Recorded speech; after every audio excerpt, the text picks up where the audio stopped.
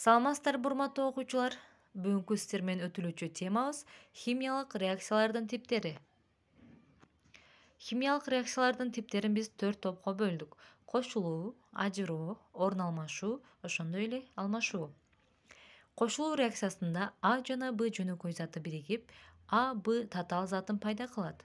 Ал эми ажыроо реакциясында А, Б татаал заты А жана Б жөнөкөй заттарын пайда кылат.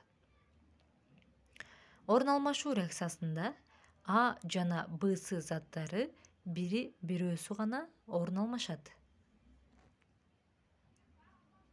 Алмашуу реакциясында А, Б жана С заттары бири-бири менен орун алмашышат. Кошулуу реакциясы бир же бир нече заттар биригип, жаңы бир затты пайда кылуу менен жүргөн реакцияларды айтабыз. Мында купрум жана О2 кычкылтек, жез жана кычкылтекти кошсок, купрумдун оксиди пайда болот. Андан кийинки суу жана күкүрттүн оксидин кошконубузда күкүрт кислотасы пайда болот. Ажыроо реакциясы деп реакциянын жүрүү убагында бир татаал заттан эки же бир канча жөнөкөй жана татаал заттар алынуучу химиялык реакцияларды айтабыз. Сымаптын оксиди ажыраганда сымапка жана кычкылтекке ажырайт. Калийдин нитраты ажыраганда калийдин нитриди, ошондой эле кычкылтек ажырайт. Калий марганец О4 ажыраганда калийдин перманганаты, ошондой эле марганец О2, марганецтин оксиди дагы кычкылтек ажырайт. Орун алмашуу реакциясы бул сүрүп чыгаруу реакциясы десек дагы болот. Татаал жана жөнөкөй заттардын ортосундагы жөнөкөй заттардын атомдору татаал заттын курамындагы атомдордун бири менен гана орун алмашкандан пайда болот. Мында цинк H хлор менен аракеттенишкенде цинк хлор пайда болот дагы. Бул жерде цинк суутекти сүрүп чыгарат.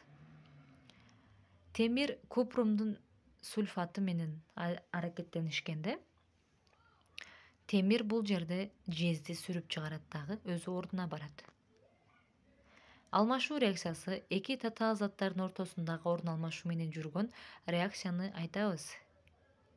Мында кальцийдин гидроксиди жана күкүрт кислотасы аракеттенишкенде кальций SO4, кальцийдин сульфаты, ошондой эле суу пайда болот. Күмүштүн нитраты жана туз кислотасы аракеттенишкенде күмүштүн хлориди, ошондой эле азот кислотасы пайда болот. Натрийдин гидроксиди менен жездин сульфаты аракеттенишкенде натрий SO4 экөө пайда болот дагы. Бул жерде купрумдун гидроксиди пайда болот. Мындайча натрий SO4 менен купрум OH менен орун алмашат. Урматтуу окуучулар, бүгүнкү темабыз аяктады.